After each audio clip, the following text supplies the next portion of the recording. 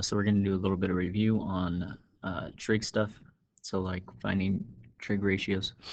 So on a calculator, we know how to find cosine of 405. So we just type that in the calculator and in degrees, because that's in degrees, and you get something like 0.707. But what do you do when you're asked to find exact values?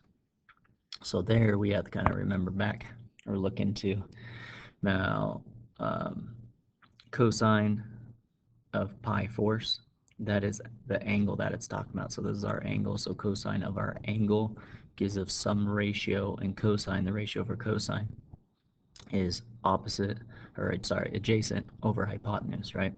So what is cosine of some angle? What does that equal? What's the ratio of the two sides of a triangle? So when we're talking about exact values of these, we're talking about 1 unit circle. So that means our radius is a distance of 1. So radius equals 1. And then we're talking about our angle. Well, our angle always starts off a horizontal, right? Always opens counterclockwise when it's positive and clockwise when it's negative. So we're opening up pi force. Or if you can convert that, that'd be 45 degrees. So this is asking what is the ratio between the sides. Remember, cosine is also adjacent over hypotenuse, or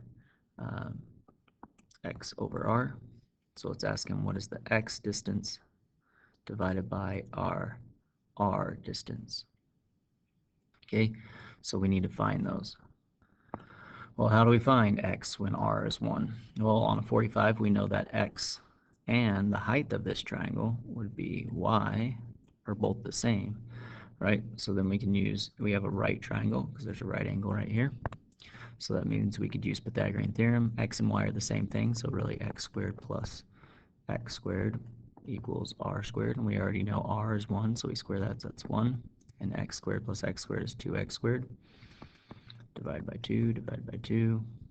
We get x squared equals 1/2. We can square root it, or square root the top. Square root the top and square root the bottom. Rationalize that. This is a 1.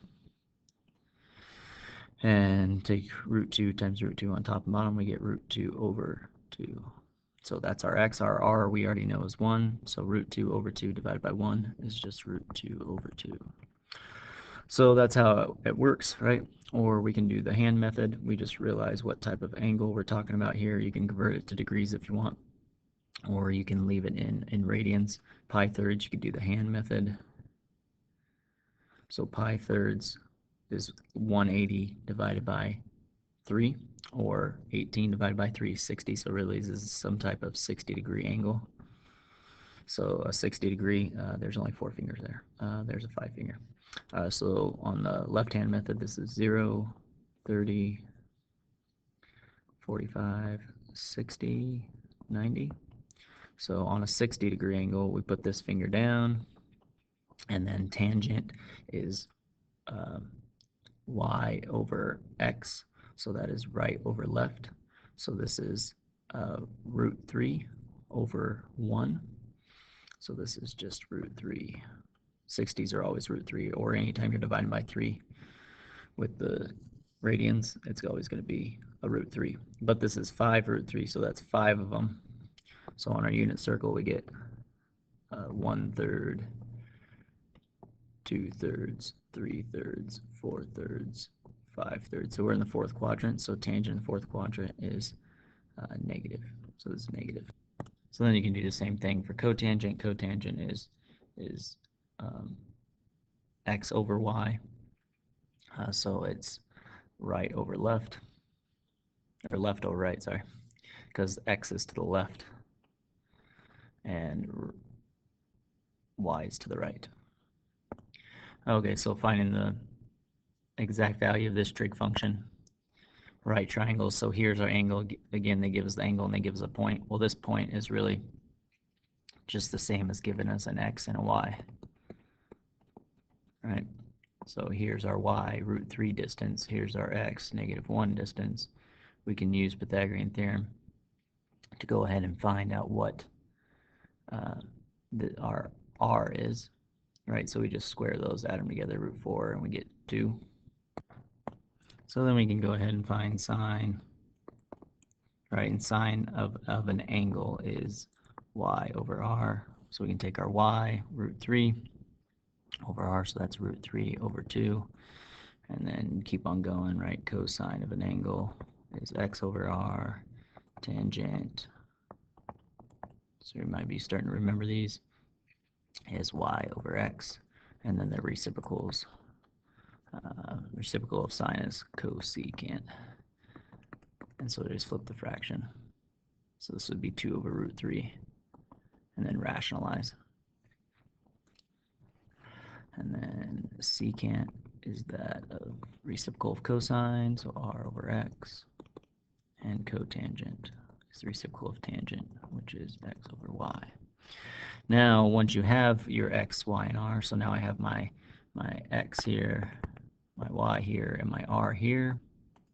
And now I can just look at what this angle is. This angle is 2 pi thirds, so I'm counting by thirds. Remember, this is pi. This all the way around is 2 pi, so 2/3 pi would be 1/3 here, 2/3. So I'm in the second quadrant, and sine is positive, cosine is negative, tangent is negative, reciprocal, that would be, this is positive, negative, negative.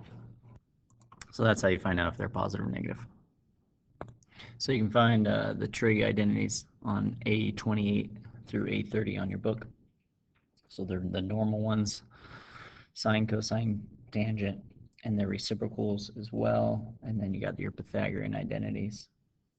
Now the most popular one is sine squared theta plus cosine squared theta, and that's where they all come from, equals 1, because then you can rewrite these all in different ways. You can write them in terms of sine and cosine as well, or they're in terms of that, tangent and secant, so all those identities are in there. Half angle, double angles, add, sum, difference, that kind of thing. They're all in there on that page, so you might want to jot those down, put those in your notes, so then you can have them all. Or you can put them on note cards, that might help. So here are some problems proving the identity, right? So we want to turn this into sine. So this is a difference formula. So I look in that book, I look for how Cosette arranged the date, right? And she hangs out with her sister, and she makes Sinbad hang out with his brother, and she doesn't think their signs are the same. And so then I just simplify this, right? Cosine of pi over 2, so that means I put down my thumb, I look to the left, that's 0, because at 90 degrees our x is at 0, sine is basically our y, and so that's at 1, so then I got 0 times cosine is 0, sine times 1 is 1, 0 plus sine is sine, and my right hand side is sine as well, so I am done. So here's another one. Here we have some double angles, so we're trying to make this difference of these two angles, these angles being squared, equals a product multiplication. So you can work either side, you just can't move things. I can't add sine squared x to both sides. So lots of ways you can do it. You can rewrite these, so basically you're using those identities to rewrite these. If you get stuck, you can turn things into sine and cosine. So tangent is sine, so this would be sine squared alpha over cosine squared alpha, and this is minus sine squared of alpha. I like to get rid of the symbols, because then I don't have to write them because I'm too lazy. And this is over 1. Now how do I add fractions? Well, I have to have a common denominator. So this fraction I need to multiply by the other denominator. And so that's sine squared alpha cosine squared alpha. And now I have that common denominator, cosine squared alpha. Still have subtraction between. And this is sine squared alpha.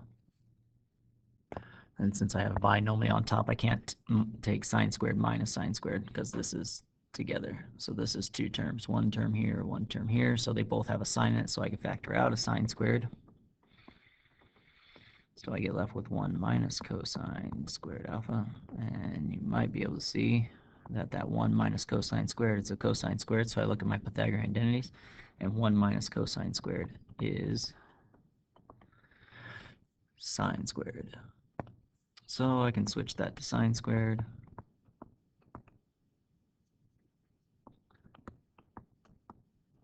And now, because there's multiplication in between here, now I can separate this. I can put sine over cosine. Cosine squared alpha alpha. And that's times by sine squared of alpha. And sine squared over cosine squared is tangent squared. So tangent squared of alpha times sine squared of alpha. And that does equal my right-hand side. So that'll be it for this video, short video. And next time I'll do a video on graphing and solving trig equations. So here's just a little review. Proving using identities, so we want to get used to using those identities as well as finding the exact value of sine, cosine, and tangent using our x, y, and r, using that Pythagorean theorem to solve for one of the missing ones and find the other trig function.